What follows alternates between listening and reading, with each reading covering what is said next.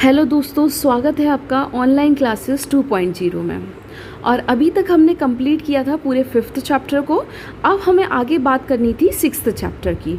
ठीक है, 5th chapter के अंदर हमने पृथ्वी के प्रमुख परिमंडलों को देखा था, जिसमें हमने 3 मेन मंडल और एक जो उससे बना मंडल है उनकी बात करी थी। भूमंडल, जलमंडल और वायुमंडल, इन तीनों में बात करी थी। सबसे पहले भूमंडल की, वायुमंडल की और जलमंडल की।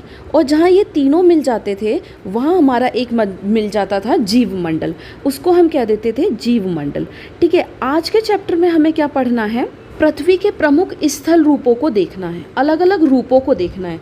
जो स्थल है, स्थल किसे कहते हैं? जिस जमीन पर हम रहते हैं, रहने के लिए जो जगह है वो हमारी स्थल, उसके अलग अलग रूपों को जानना है। ओके, तो स्टार्ट करते हैं हम आज के चैप्टर को। आपने इसमें कुछ स्थल रूपों को जरूर देखा होगा। तो आपने बहुत सारे स्थल रूप देखे होंगे, अलग अलग देखे होंगे। और आपने ये भी देखा होगा कि जो पृथ्वी की सतह है ना, वो कभी भी क्या है, एक जैसी नहीं है, वो एक समान नहीं है। पृथ्वी पर अनगिनत प्रकार के स्थल रूप देखने को मिल जाते हैं। स्थल मंडल के कुछ ऊंचे नीचे तथा कुछ समतल भाग होते हैं। ठीक है, तो यहाँ ये बता रखा है आपको, जो हमने बात करी थी स्थल मंडल या हमने बात करी थी भूमंडल की। ठीक है, तो ये जो हमारी भू है, ये जो हमारा स्थल है, वो हमें कैसा देखने को मिलता है? समान तो देखने को नहीं मिलता है। कहीं बहुत ऊंचे ऊंचे टीले, तो कहीं पर्वत देखने को मिल जाता है, कहीं समतल नदी, कभी कहीं पठारी क्षेत्र देखने को मिलता है। तो हमें स्थल के अलग अलग रूपों को देखने को मिलता है। आज हम इस चैप्टर के अंदर इन्हीं ऊंचे नीचे समतल स्थल रूपों के बारे में पढ़ने जा रहे हैं। तो देखो, ये जो हमारे स्थल रूप होते हैं ना, 2 प्रक्रिया के परिणाम स्वरूप होते हैं। अब 2 ऐसी प्रक्रिया हैं जिसके कारण ये स्थल रूप एक समान नहीं दिखते हैं। ना ही तो ये हमें समतल दिखाई देते हैं। देखो, कुछ समतल ज़मीन है, कुछ पहाड़ी ज़मीन है, कुछ पर्वतीय, कुछ पठारी। ठीक है, ये जो अलग अलग स्थल रूप जो हमें दिखाई दे रहे हैं ना, ये इन 2 प्रक्रियाओं के वजह से हमें दिखाई दे रहे हैं। अब देखो, आपको यह जानकर आश्चर्य होगा, जैसे आपको पता ही होगा कि मैदान जिस पर आप खड़े हैं उसमें धीरे धीरे गति हो रही है। हमेशा ही क्या होती रहती है, उसमें धीरे धीरे गति रहती है। क्यों रहती है? क्योंकि जब हम पृथ्वी के आंतरिक संरचना की बात करेंगे तो हम देखेंगे कि जो हमारी ऊपरी सतह है, जिसे हम कहते हैं क्रस्ट, उसके अंदर मेंटल है। ठीक है, मेंटल के अंदर हमारा कोर देखने को मिलता है, एक मैग्मा चैम्बर होता है। मैग्मा चैम्बर के ऊपर हमारी जो प्लेट्स होती हैं वो एकदम तैर रही हैं, वो अभी सब आगे आएगा। और उनकी वजह क्या है? जो है हमारी पृथ्वी है वो धीरे धीरे गति कर रही है। पृथ्वी के अंदर लगातार गति हो रही है। प्रथम, यह आंतरिक प्रक्रिया के कारण हो रहा है। तो पहली प्रक्रिया कौन सी है? आंतरिक प्रक्रिया।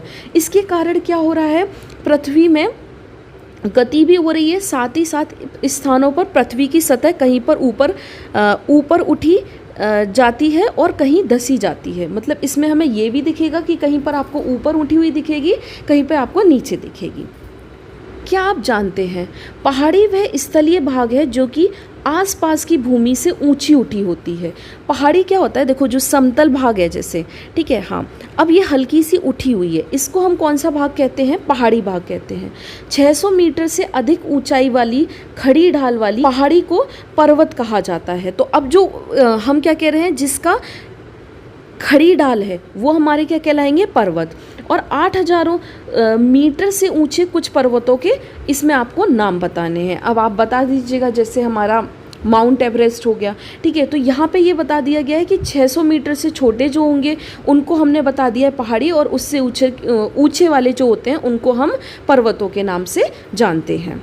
अब देखो, इस चित्र के माध्यम से हमें क्या समझाने की कोशिश की है। सबसे पहले हमें ये क्या दिख रहा है? पर्वत दिख रहे हैं। ठीक है, अब जब लगातार पर्वत हमें दिखेंगे तो हम उसको क्या बोल देंगे? पर्वत श्रृंखला बोल देंगे। ठीक है, जब पर्वतों की लगातार जो कगार पर्वत दिखाई देते हैं हम उनको पर्वत श्रृंखला बोल देते हैं। अब जो घाटी है उसको किसे बोलते हैं? जो नीचे भाग हमें दिखाई दे रहा है ये हमें घाटी, अभी विस्तार से इन्हें आगे हम समझने वाले हैं। पहाड़ी जो हल्का सा हमें ऊंचा भाग दिखेगा उसको हमने पहाड़ी क्षेत्र कह दिया। पठारी क्षेत्र पर्वत से थोड़े नीचे लेकिन पहाड़ी से थोड़े ऊंचे दिखाई देते हैं। यहाँ पर हमें मैदान जो कि समतल मैदान होता है वो दिखाया गया है। अब यहाँ देखो नदियाँ दिखाई गई हैं। कौन सी नदियाँ? सहायक नदियाँ। ये सहायक नदियाँ कौन सी होती हैं? सहायक नदियाँ वो नदियाँ होती हैं जो एक प्रमुख नदी में जाके मिल रही होती हैं। जैसे हमारी गंगा है, ठीक है, उसमें क्या है? सोन नदी, यमुना नदी, ये सभी क्या है? गंगा की सहायक नदियां हैं। तो सहायक नदियां क्या एक प्रमुख नदी में मिलती है, तो ये कोई प्रमुख नदी है, ठीक है, जिसमें बाकी सहायक नदियां मिल रही हैं। अब यहाँ बात करिए वितरिका की। जब ये नदियाँ जाके समुद्र में गिरेंगी, यहाँ पे हमें क्या दिखा रखा है? समुद्र दिखा रखा है। जब समुद्र में गिरेंगी तो वो अपने मुहाने पे क्या करती हैं? बहुत सारा मलबा इकट्ठा कर देती हैं, जिसकी वजह से वो एरिया कैसा हो जाता है? ऊंचा हो जाता है, जिसे हम क्या कह देते हैं? डेल्टा। अब ये ऊंचा एरिया हो गया, इसलिए ये अलग अलग भागों में बट जाएंगी, मतलब अलग अलग वितरिकाओं में बट जाएंगी और ये अलग अलग तरीके से देखो ऐसे ऐसे गिरेंगी। इनको हम कह देते हैं वितरिका। और ये हमारा क्या होता है? नदी का मुहाना, जहाँ पे नदी हमारे समुद्र में जाके गिर रही है। और याद रखना ये ऊंचा भाग है, इसलिए हमने इसको डेल्टा बोला है। यहाँ पे अलग से हमें झील भी दिखाई गई है। तो ये पृथ्वी पे अलग अलग हमें स्वरूप दिखाई गए हैं। देखो यहाँ पे बात करी गई है जलसंधि द्वीप की। जब मैंने कहा था दो स्थलों को हम किसी जल के थ्रू जोड़ा जाए तो उसको हम कह देते हैं जल संधि, और जब किसी को हम स्थल के रूप में जोड़ें तो ये हमारी हो जाती है स्थल संधि। जैसे हमने लास्ट चैप्टर में बात करी थी कि जो हमारा उत्तर अमेरिका और जो हमारा दक्षिण अमेरिका है वो पनामा स्थल संधि के द्वारा जोड़ा गया है, जबकि जो हमारी भारत और श्रीलंका है उसके बीच में जल संधि है, वो भी उसका नाम क्या है? पाल्क जल संधि। अब एक तो हमने बात कर ली कौन सी प्रक्रिया? आंतरिक प्रक्रिया। और दूसरी प्रक्रिया की बात करते हैं, वो हमें कौन सी देखने को मिल रही है? बाहरी प्रक्रिया, ठीक है। अब दो प्रक्रिया की जो दो मेन काम कर रही है, देखो यहाँ पे दो नाम लिए गए हैं, अपरदन और निक्षेपण। होता क्या है? पहले मैं अपरदन को समझाती हूँ कि क्या होता है कि जब नदी बहती है तो अपने साथ बहुत सारी मिट्टी को अपने साथ ले जाती है, जिसकी वजह से जो क्षेत्र होता है वहाँ पर, जैसे ये समतल क्षेत्र है तो ये अपने साथ कोई मिट्टी का कटाव करके ले गई, जिसकी वजह ये क्या होगा? ये क्षेत्र अंदर को धंस जाएगा और ये क्षेत्र ऊंचा हो जाएगा। फिर यहाँ से कटाव ले गई ये करके तो ये अंदर धंस जाएगा, ये ऊपर। तो इसने क्या किया? बहुत सारे खड्डे खुड्डे कर दिए। तो ये किसके कारण हुआ? अपरदन हो गया। मतलब वहाँ से मिट्टी को बहा ले गई नदियाँ, या मैं कहूँ अपरदन वायु के द्वारा भी होता है, जैसा हमने रेगिस्तान में देखा है, ठीक है। क्या होता है? अलग अलग जगह पर वायु के टीले बन जाते हैं, कहीं पर टीले बन जाते हैं, कहीं ज़मीन नीचे धसी रह जाती है तो ऊंची नीची दिखाई देती है। अपरदन हमें किसे कहते हैं? अपरदन कहते हैं जब मिट्टी का वहाँ से कटाव हो जाए या मिट्टी वहाँ से बह कर चली जाए, तो उसको हम क्या कह देते हैं? जो हमारी समतल जगह है वहाँ से क्या हो जाए? मिट्टी का छटाव हो जाए, उसे हम अपरदन कह देते हैं, ठीक है। अपने भारत में सबसे ज़्यादा जो हमारी चंबल नदी है ना, उसका अपरदन देखने को मिलता है। आपने देखा होगा जो भिंड मुरैना वाला भाग है वहाँ हमें कैसा दिखता है? अवनलिका अपरदन दिखता है। वहाँ पे बहुत खड्डे खुड्डे हैं, जिसकी वजह से वहाँ का इलाका जो कहलाता है वो बीहड़ कहलाया जाता है, क्योंकि वहाँ पे चंबल नदी के द्वारा क्या कर दिया गया है? अपरदन कर दिया गया है, वहाँ की भूमि को नीचा कर दिया गया है और उसके आसपास के एरिया क्या होते हैं? ऊंचे रह जाते हैं, और जहाँ से नदी बह रही होती है वहाँ से मिट्टी ले जाती है तो वो नीचे को धंस जाता है, और इस वजह से वहाँ पे क्या हो जाते हैं? बीहड़ बन जाते हैं, ठीक है। अब दूसरी बात हमारी किसकी करी गई है? निक्षेपण की। हाँ, अब इस निक्षेपण को देखते हैं, इसमें क्या बोला गया है। तो इस निक्षेपण में बोला है, एक तो हमने बात करी कि नदी जब क्या हो गया? मिट्टी का बहाव हो गया या मिट्टी का एक जगह से कटाव हो गया, उसे तो हमने कह दिया अपरदन। लेकिन नदियों के द्वारा या फिर हम कहें हवाओं के द्वारा जब मिट्टी लाई गई तो उस जगह का क्या हुआ? निक्षेपण हुआ। मतलब वो जगह जो नीची थी या धसी हुई थी उसका क्या किया गया? भराव किया गया। उसी को हम कह देते हैं निक्षेपण, ठीक है। अब आपको पता होगा जो हमारे जब हम मैदानों की बात करते हैं तो मैदान, ये जो समतल मैदान हमें मैदानी भाग देखने को मिलता है, कैसे मिलता है? तो हम कहते हैं उसमें तीन प्रमुख नदियों का नाम आता है हमारा सिंधु के मैदान, ठीक है, या फिर हम कहते हैं गंगा का मैदान, या कहते हैं ब्रह्मपुत्र का मैदान। तो जो हमारा सिंधु का मैदान है वो सिंधु और उसकी जो 5 सहायक नदी हैं, ठीक है, उनके कारण जो है हमारा सिंधु का मैदान मिला है। इसलिए हम पंजाब को पंच नदियों का एरिया बोलते हैं, मैदानी भाग बोलते हैं। गंगा के मैदान उत्तर भारत है, ठीक है, और ब्रह्मपुत्र का जब हम मैदानों की बात करते हैं तो हम पूर्वी भारत में जाते हैं। तो ये जो सारे मैदान समतल मैदान बने हैं, ये किसके कारण बने हैं? इन नदियों के निक्षेपण के कारण। ये नदियाँ जब बहीं तो अपने साथ बहुत सारी मात्रा में मिट्टी लेकर आई और यहाँ पर जो गड्ढे थे उन गड्ढों को भरा और उनको समतल बना दिया। तो इसी प्रक्रिया को हम निक्षेपण कहते हैं। तो दो मेन प्रक्रिया थी, पहले आंतरिक और बाहरी। आंतरिक क्रियाओं की वजह एक तो क्या होता है, जमीन पे अलग अलग स्वरूप दिखाई देते हैं, और दूसरी बाहरी। और बाहरी प्रक्रिया के अंदर भी हमें 2 देखने को मिल जाते हैं, अपरदन और निक्षेपण। ओके, तो इसमें यही बताया गया है, निक्षेपण की प्रक्रिया के द्वारा इनका फिर से निर्माण होता है। ये 2 प्रक्रिया बहते हुए जल, वायु तथा बर्फ के द्वारा होती है। हम विभिन्न स्थल रूपों की उनकी ऊंचाई एवं ढाल के आधार पर पर्वतों, पठारों और मैदानों को वर्गीकृत कर सकते हैं। अब हमें जो समझना है, अब हमने ये तो बात कर ली, हमें रूप जो अलग अलग दिख रहे हैं स्थल के, वो इन सब की वजह। लेकिन अब हम जो स्थल रूप दिखाई देते हैं उनके बारे में पढ़ेंगे, पर्वतों के बारे में, पठारों के बारे में और मैदानों के बारे में। ओके, अब यहाँ पर्वतों के बारे में बता रखा है।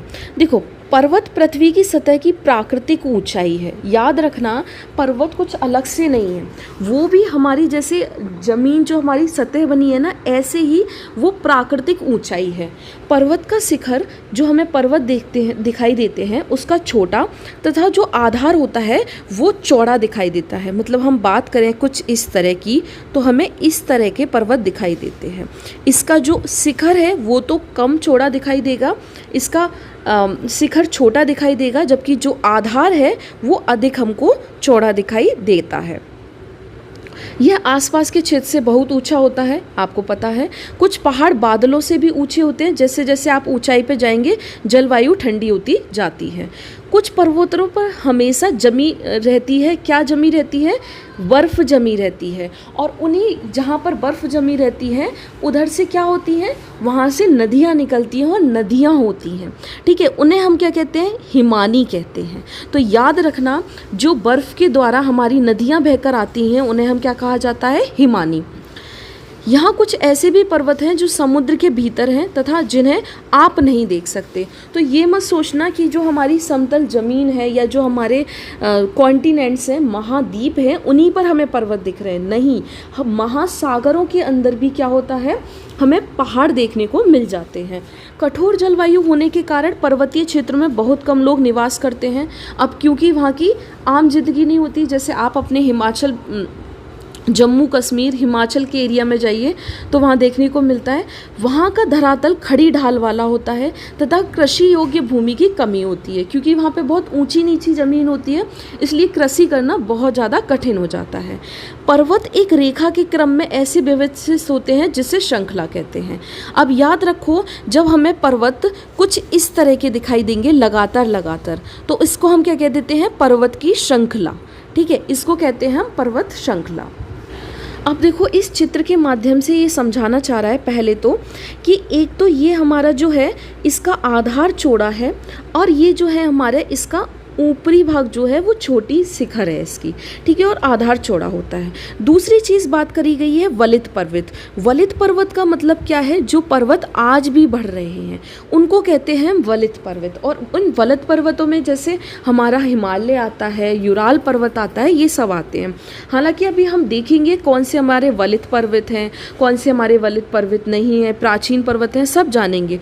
तो क्या होता है, ये भी हमारी भूपट्टी है, याद रखना, ये भी हमारी क्रस्ट है। हम ये नहीं कहेंगे कि ये पहाड़ है, तो जो हमारी सतह है, जो हमारी ज़मीन होती है, ये भी हमारी भूपट्टी कहलाएगी, है ना। और यहाँ पे ये जो ऊंचा उठ गया है, ये पार्ट भी हमारी भूपट्टी मतलब कि क्रस्ट का कहलाया जाएगा। अब देखो, हमने कहा पर्वत श्रृंखलाएं होती हैं, जैसा हमने देखा ये जो पर्वत श्रृंखलाएं होती हैं समांतर श्रृंखलाओं के क्रम में होते हैं और ये सैकड़ों किलोमीटर तक फैले हुए हैं। जैसे हमने कहा था सबसे बड़ी पर्वत श्रृंखला हमें साउथ अमेरिका कॉन्टिनेंट, मतलब कि हमारे दक्षिण अमेरिका में देखने को मिल रही थी, हमारी एंडीज़ पर्वतमाला। ठीक है, तो ये कैसी थी, सैकड़ों किलोमीटर तक फैली हुई थी। जैसे हिमालय, आल्प्स तथा एंडीज़ एशिया, यूरोप और दक्षिण अमेरिका की पर्वत श्रृंखला हैं। अब याद रखना हिमालय किसकी है, हिमालय कहाँ है, वैसे नेपाल में हमें इसकी सबसे इम्पॉर्टेंट चोटी देखने को मिलती है, सबसे ऊंची माउंट एवरेस्ट। हिमालय किस में आता है, एशिया में आता है। ठीक है, आल्प पर्वत जो हमारा आल्प्स किस में आ जाता है, यूरोप में आता है। और जो हमारा एंडीज़ है वो कहाँ देखने को मिल जाता है, अमेरिका, साउथ अमेरिका में, दक्षिण अमेरिका में, हमने बताया है ना। तो ये सब क्या है, पर्वत श्रृंखलाएँ हैं। ठीक है, इनका ये एक पर्वत नहीं है, ये लगातार इस तरह के पर्वत हैं, इसलिए इनको पर्वत श्रृंखलाएँ बोला गया है। तो याद रखना इनको। पर्वतों की ऊंचाई एवं आकार से भिन्नता होती है। अब देखो, पर्वत भी 3 प्रकार के होते हैं। सबसे पहले वलित पर्वत, देन हमारा दे रखा है ब्रह्मोस्त पर्वत और ज्वालामुखी पर्वत। अब इन तीनों को समझते हैं कौन कौन से पर्वत होते हैं। हिमालय तथा आल्प्स वलित पर्वत हैं। तो यहाँ पे बताया है हिमालय के बारे में और आल्प्स पर्वत। ये जो हमारा आल्प्स है ये यूरोप का है और ये भी क्या है, वलित पर्वत है। मतलब ये वलित का मतलब समझ रहे हो ना, वलित मतलब एक तरीके से ये समझ लो एडल्ट। ये आज भी बढ़ रहे हैं, जिनकी सतह ऊबड़ खाबड़ तथा शिखर शंखवार का है। और भारत की अरावली श्रृंखला विश्व की सबसे पुरानी वलित पर्वत श्रृंखला है। तो याद रखना सबसे पहली चीज़ तो क्या, अरावली है वो सबसे विश्व की सबसे पुरानी श्रृंखला है। ठीक है, अपरदन की प्रक्रिया के कारण यह श्रृंखला कैसी हो गई है, अब घिस गई है। वहाँ से क्या हो गया है, मिट्टी का कटाव हो गया है, जिसके कारण ये श्रृंखला जो है अब उतनी ऊंची नहीं रह गई है। उत्तरी अमेरिका के अल्पेशियन तथा रूस के यूराल पर्वत गोलाकार दिखाई देते हैं, इनकी ऊंचाई कम है। ये बहुत पुराने वलित पर्वत हैं, ये भी क्या है, बहुत पुराने वलित पर्वत हैं। अब देखो अगला बता रखा है हमने कि जब बहुत बड़ा भाग टूट जाता है, ठीक है, वलित पर्वत से जब बहुत बड़ा भाग टूट जाता है तथा क्या हो जाता है, वो विस्तृत हो जाता है, वहाँ गिर जाता है, तब हम उसको कहते हैं ब्रह्मोस्त पर्वत का निर्माण होता है। ठीक है, जिसे हम फॉल्टी ब्लॉक माउंटेन कहते हैं, उनको हम ब्लॉक माउंटेन कह रहे थे, यहाँ हम फॉल्टी ब्लॉक माउंटेन कहते हैं। भ्रंशोत पर्वतों का निर्माण होता है। ऊपर उठे हुए खंड को उत्खंड, मतलब इस पार्ट को हम इसको उत्खंड कह रहे हैं। ठीक है, तथा नीचे दसे हुए खंड जो नीचे रह गए, ठीक है, इन पार्ट को, मतलब ये नीचे दसा रह गया तो इस पार्ट को हम क्या कह देते हैं, द्रोणिका भ्रंश कह देते हैं। ठीक है, यहाँ ऊंचा पार्ट हो गया और ये, तो ये कौन से है, फॉल्टी ब्लॉक माउंटेन भ्रंशोत पर्वतों में आता है, कहा जाता है। यूरोप की राइन घाटी और वॉसरेज पर्वत इस तरह के पर्वत तंत्र के उदाहरण हैं। तो सबसे पहले याद रखना राइन घाटी कहाँ है, तो ये यूरोप कॉन्टिनेंट के अंदर आएगी। और ये जो हमारा वॉसजेस पर्वत है, ये जो है ये भी यूरोप के अंदर है। ठीक है, अब एटलस के अंदर हम इन्हें देखेंगे ये कहाँ कहाँ है और कहाँ कहाँ पड़ते हैं। अब ज्वालामुखी पर्वत की बात करते हैं।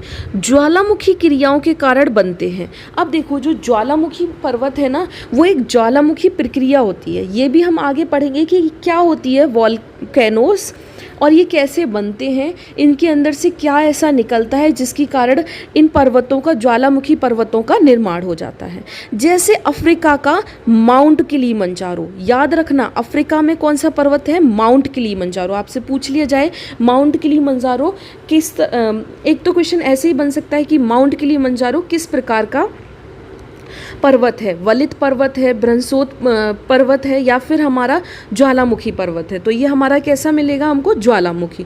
दूसरी चीज़ है किस कॉन्टिनेंट के अंदर पड़ता है, एशिया, यूरोप, अफ्रीका या अमेरिका। तो ये हमारा अफ्रीका के अंदर देखने को मिल जाता है। जबकि हमें जापान का फ्यूजियामा भी इसी तरह का उदाहरण है। अब याद रखना, क्योंकि अब ये एनसीईआरटी में भी दे रखे हैं तो कितने इंपॉर्टेंट होंगे, इसलिए इन दोनों को विशेषकर याद रखना। अफ्रीका का माउंट किलीमंजारो और जापान का फ्यूजियामा, ये दोनों ज्वालामुखी पर्वत है और जो ज्वालामुखी प्रक्रिया के कारण बने हैं।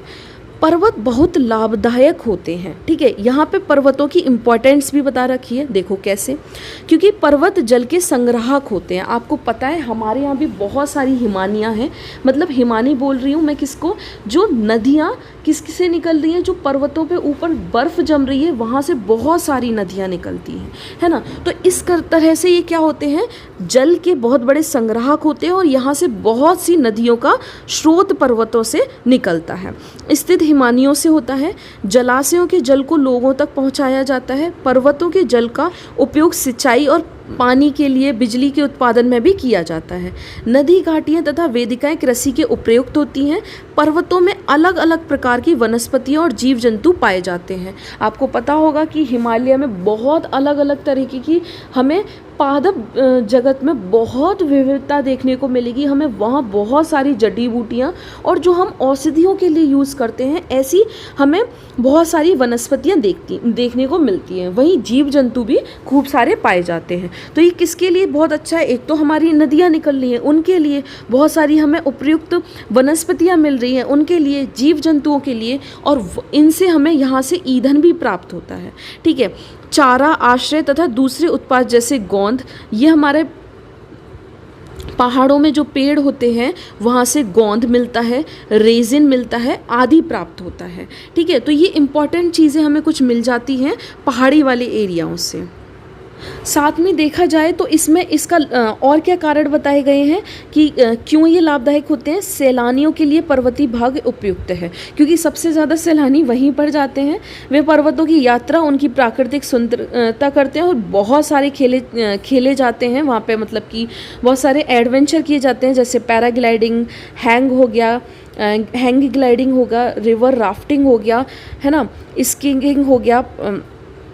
पर्वतों के प्रचलित खेल हैं, तो बहुत सारे खेल भी खेले जाते हैं। यहाँ से हिमानियाँ भी निकलती हैं, बहुत सारी नदियाँ निकलती हैं, बहुत सारी वनस्पतियाँ, जीव जंतु पाए जाते हैं अलग अलग। हमें यहाँ से गोंद और रेजिन मिल रहा है, तो ये हमें अलग अलग इनके फ़ायदे देखने को मिल जाते हैं। अब देखो इसमें क्या बता रखा है, मैंने अभी आपको ये बताया था कि बहुत सारे पर्वत ऐसे होते हैं जो हमें सतह पर दिखाई दे रहे हैं, मतलब कि हमारे महाद्वीपों पे दिखाई दे रहे हैं, लेकिन बहुत सारे महासागरों के अंदर है। तो ऐसे ही यहाँ पे एक बता रखा है, प्रशांत महासागर में स्थित मोनाकी पर्वत। ठीक है, ये जो मोनाकी पर्वत है सागर की सतह के नीचे स्थित है। ये मोनाकी पर्वत जो हमें देखने को मिलेगा ये प्रशांत महासागर के अंदर स्थित है और इसकी लगभग ऊंचाई कितनी बताई है, 10,205 मीटर, एवरेस्ट शिखर से भी अधिक है। तो इसकी ऊंचाई तो एवरेस्ट से भी ज़्यादा अधिक है। तो लेकिन ये है कहाँ है, हमारे प्रशांत महासागर के अंदर। महासागर है जो हमारा ओशियन है, जो हमारा पूरा समुद्र है जो हमारा, उसके अंदर हमें ये मोनाकी पर्वत देखने को मिल जाता है। अब बात करते हैं हम पठारों की। ठीक है, तो पठार उठी हुई सपाट भूमि होती है, मतलब थोड़ा उठा हुआ है, वो इतना ऊंचा नहीं है जितने पर्वत होते हैं। ये आसपास के क्षेत्रों से अधिक उठा हुआ होता है, तो इसकी ऊपरी भाग मेज के समान सपाट होती है। मतलब आप समझ लीजिए कुछ इस तरह का हमारा पठार होता है, जो ऊपरी सतह है उसकी मेज के समान होती है। एक या एक से अधिक किनारे होते हैं इसके, जिनकी ढाल खड़ी होती है। पठारों की ऊंचाई प्राय कुछ 100 मीटर के लगभग होती है या 1000 मीटर के लगभग होती है। पर्वतों की तरह पठार भी नए या पुराने हो सकते हैं। ठीक है, अब जैसे भारत में दक्कन का पठार बहुत फेमस है, जो पुराने पठारों में से एक है। ठीक है, तो एक दक्कन का पठार जो पुराने पठारों से, केन्या और तंजानिया तथा युगांडा का पूर्वी अफ्रीका पठार एवं ऑस्ट्रेलिया का पश्चिमी पठार इस प्रकार के उदाहरण है। तो ये सारे हमने यहाँ पे पठारों के बारे में बता रखा है। एक इम्पॉर्टेंट बात करते हैं हम तिब्बत का पठार, जो हमें देखने को मिल जाता है एशिया महाद्वीप के अंदर। विश्व का सबसे ऊंचा पठार है, तो याद रखना विश्व का सबसे ऊंचा पठार कौन सा है, तिब्बत का पठार है।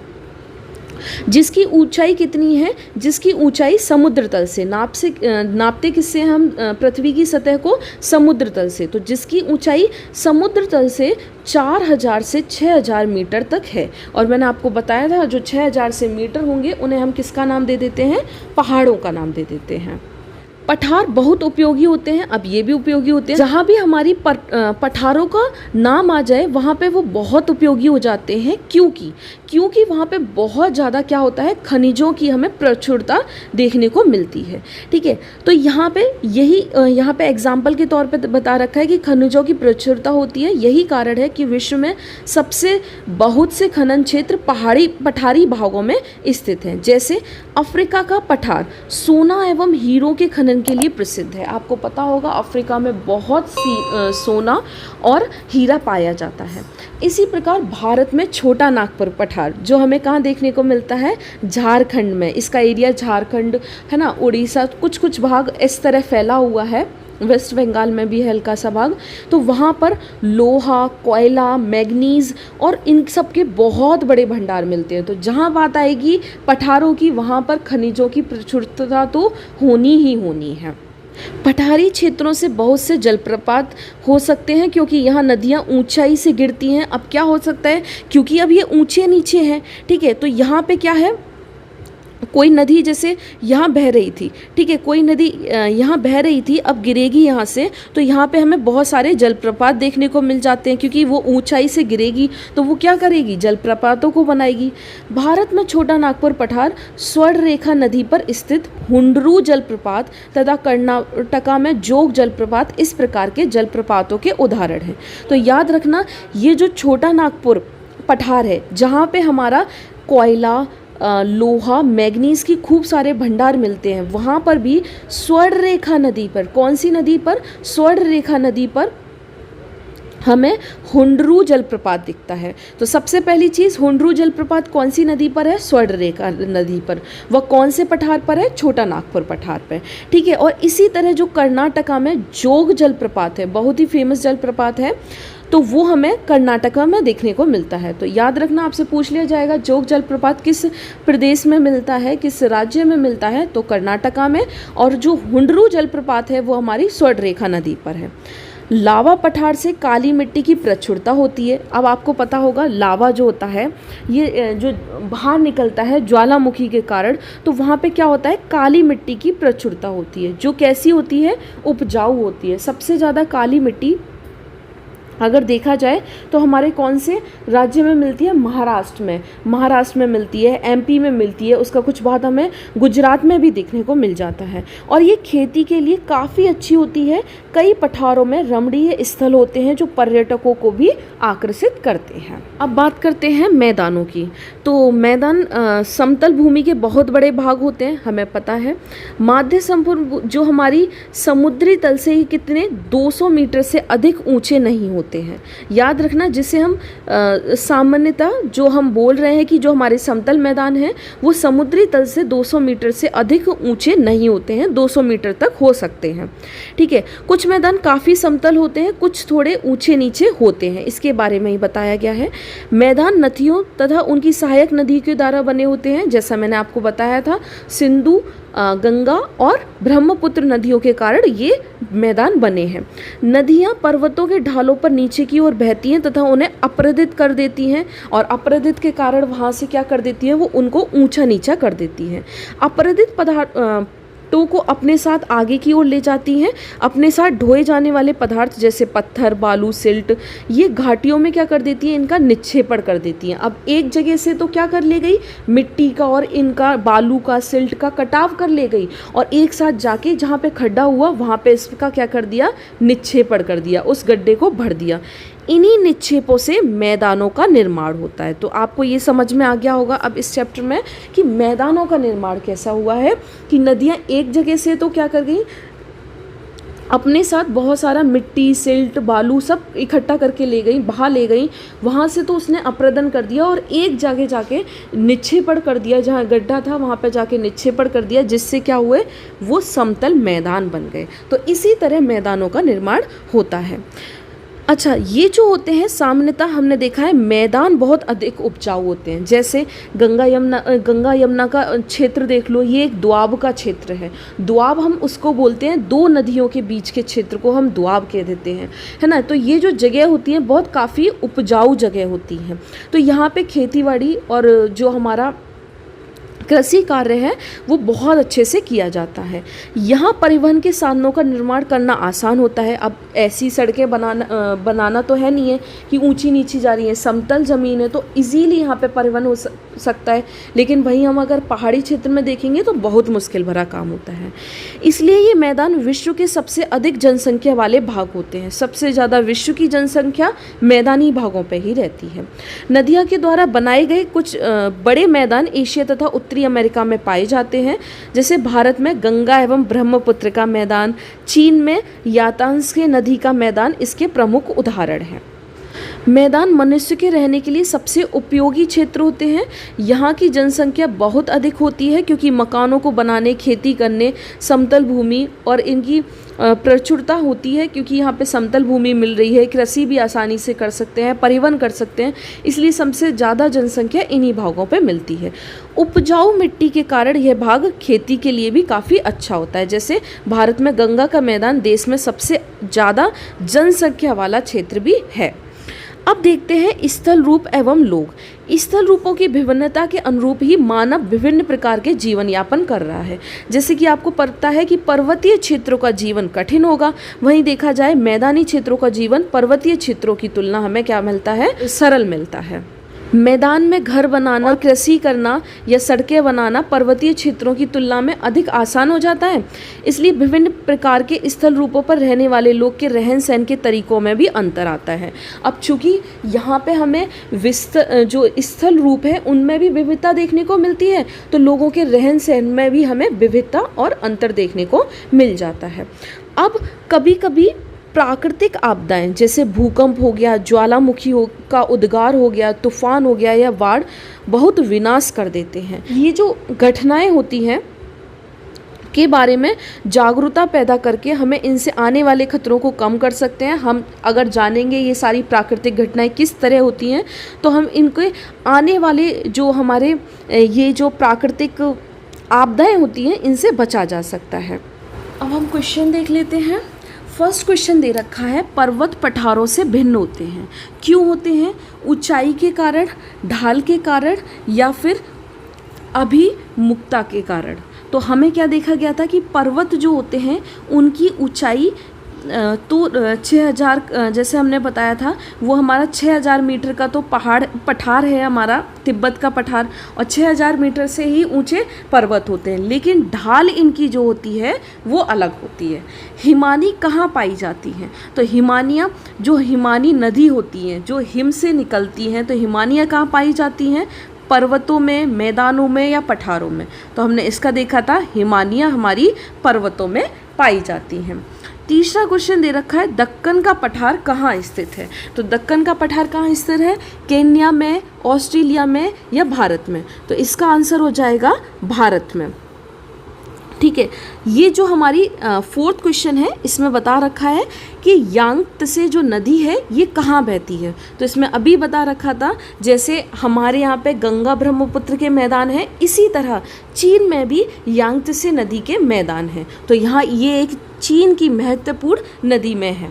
तो यूरोप की, अगला क्वेश्चन है, यूरोप की एक महत्वपूर्ण पर्वत श्रृंखला कौन सी है? तो हमने देखा एंडीज कहाँ की थी? साउथ अमेरिका की। ठीक है, और ये रॉकीज़ कहाँ की थी? हमारी नॉर्थ अमेरिका की, है ना। और ये हमारी जो आल्प्स है ये कहाँ देखने को मिलती है हमें? यूरोप का। तो इसका आंसर हो जाएगा हमारा आल्प्स। अब इसी के साथ ये चैप्टर भी ख़त्म होता है। अगर आपको मेरा वीडियो पसंद आया हो तो प्लीज़ लाइक करें, शेयर करें एंड सब्सक्राइब करें। Thank you so much.